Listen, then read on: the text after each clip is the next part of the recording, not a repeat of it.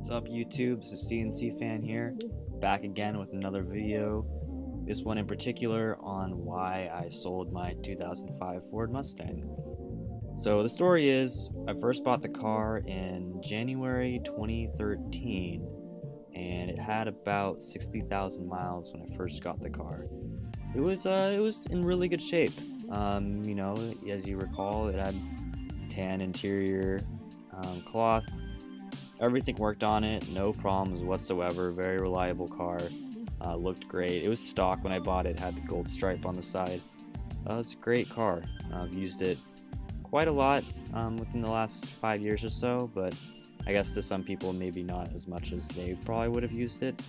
It's a V6, I had single exhaust when I first bought it, I put duals on it with an H-pipe, eventually lowered it. I plasti dipped the wheels, had them plasti dipped for a while, then I took the plasti dip off because I thought, you know, I just wanted to go back to stock.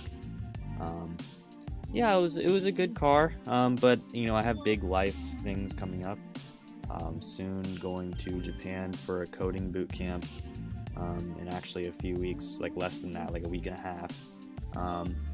And you know, I need the money obviously, and that car depreciated like a stone since when we paid way too much money for getting that car in the first place. I mean, you'd be amazed at how much I spent to get that car, and then, you know, what I was able to sell it for. I've had to lower the price significantly. I'm not even gonna say how much I sold that car for. Well, I'll ballpark it. I'll just say it was around $5,000 we sold the car for, which is significantly less. So that's just a lesson in, you know, car depreciation. That's how it is. But given how much we spent to buy the car, the price for selling it was a little disappointing, but it is what it is. That car, it never gave me problems, but there were just some weird quirks with it that I'll just say that kind of got me a little annoyed towards the latter portion of my ownership with it. First of all, the speedometer was pretty much broken for half the time I owned the car. It was very, very inaccurate. Yeah, if anyone, you know, my viewers have 05 Mustang, they know exactly what I'm talking about. Like, it was super inaccurate. Clearly I'm going like 65 miles per hour and thinks I'm going like 20, or it doesn't even give me anything, it gives me 0. And then repairing that, God knows how expensive that would be. I would guesstimate at least $500 to $1,000 at least minimum.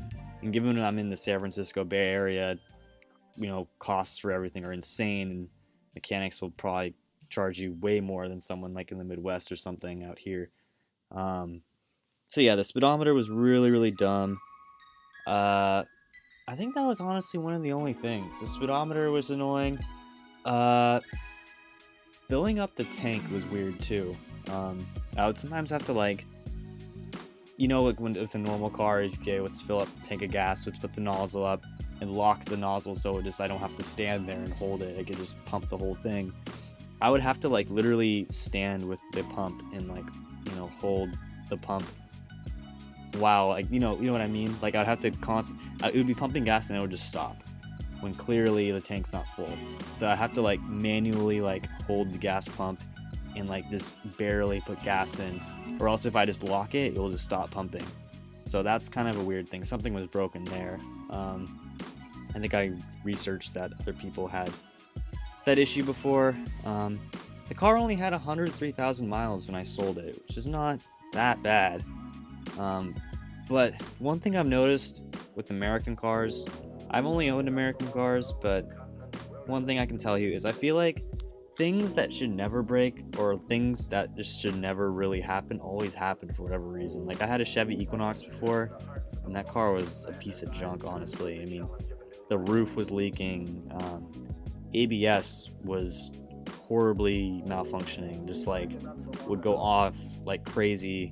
Like, it's just bad electrical issues. The car had like 90,000 miles when we got rid of that Equinox, and it was trash. Overall, the Mustang was a good car, but I think if I were to go back and own a car again, purchase another car, I won't be needing to do that for a long time, given I'll be in Japan. But if I were to purchase a car again, it would certainly not be American. You know, I lived in San Francisco for 5 years, and I wasn't really driving that much, to be honest. and I just want a car that I know will not, you know, give me weird things like that, like weird. I don't know how to explain. You know what I mean? I just want something reliable, like a Toyota or something, or Honda. As lame as that sounds, kind of beyond that phase where I have to, you know, flex, you know. But yeah, I mean, would I recommend an 05, 09 Mustang? Yes, I would. If it's a low mileage one, whether it's a V6 or a GT, all I can say is beyond 100,000 miles, there are probably going to be weird things like I was experiencing, you know, with the speedometer and, you know, whatever. What else should I say? Yeah, it was a cool car while I had it. Wasn't that fast. Got okay gas mileage, wasn't amazing. Yeah, I don't really know what more to say.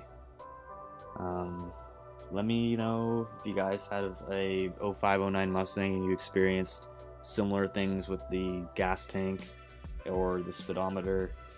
You know, just anything. I'll forever miss that car. Don't get me wrong, I loved that car to death. That car was all me. But now I'm off to big things, going to Japan for school, coding boot camp. We'll be living in Tokyo. I can make some videos on that. I know people love making videos and they'll just put "in Japan" in the title and everyone freaks out and they're like, whoa, 100,000 views. So I'll definitely, you know, keep you guys posted. I'll start making more videos because I'm pretty bad at that. But yeah, I need to get more out there, you know what I mean? And yeah, thanks for, you know, watching my Mustang videos throughout the years, you know, posting comments and stuff. It was a great car, and you know, if you guys want to buy one, go ahead and let me know how you guys like it. I'll just, you know, those issues I had, just use that as a heads up. So if you're in the used market for one, you'll not be surprised when you see the speedometer not working, because I was surprised when that started happening. I mean, that's something that you would never expect to go wrong on a car. Speedometer, I mean, if the speedometer goes down, what else is going to go down? So yeah, thanks for watching, guys, and look out for future content.